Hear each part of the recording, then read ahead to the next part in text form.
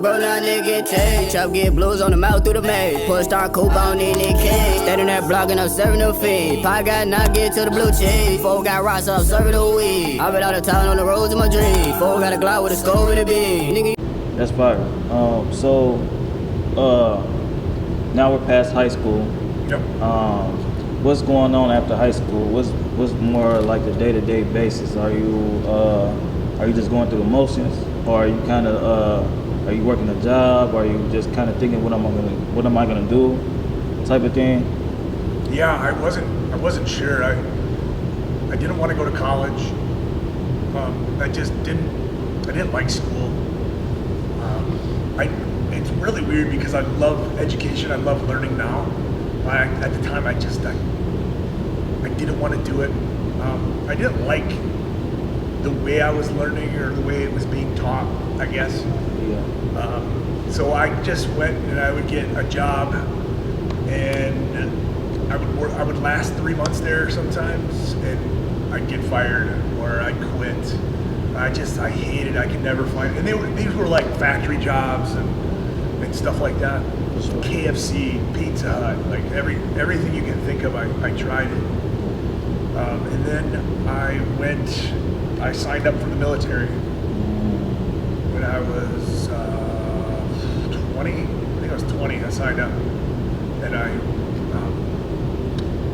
went to basic training. I was in the reserves. Okay. So I went to basic training, and then I went to AIT, and I loved that. That gave me like structure in my life. It gave me more confidence. Like I already had confidence from the acting and from the martial arts, and now I had it from this, like, people are in your face yelling at you all day long, and you can't crack under pressure, you know. Right. So it was that, and it gave me more structure. I had more respect for people, for my elders, I guess I would say. But I was still kind of like just floating, and I got a job as a nuclear security officer. So I was an armed guard at a nuclear power plant, which was a decent job. Damn, like a nuclear, like the bombs? Like nuclear reactors that give you electricity. Right? Oh, So okay. It was an electric power plant. For sure. And but you have to have armed guards there 24 hours a day. Yeah, for sure. And I was there when 9/11 happened. Dang. Which things got crazy. People were working tons of overtime. Damn. And then I remember I would just, basically it consisted of sitting in a box for an hour, looking, thinking, not interacting with anybody, and then I would get up, somebody would come and relieve me, and I would walk to another box, and I would sit in that box for another hour. The same thing. And they would just rotate like that all night long, and I remember just sitting there going, this can't be it. Like, right. what am I gonna do? What am I gonna do? What am I gonna do? And then some point along the way, I was at a party.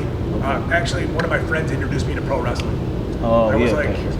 20, I want to say I was 22 at the time. For sure. Before you get into that, my man, I'm trying to interrupt you. Did you have any problems at the nuclear plant? No. Like, did anybody try to breach it or anything like that? No, none of that. Oh, okay, No. okay, for sure.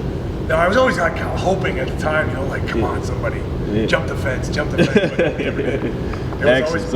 We'd get alarms, like the entire perimeter would be alarmed, and the most that would ever come through was like a deer or a possum or something like that. Right. You have to go out there and chase them out. Right, okay.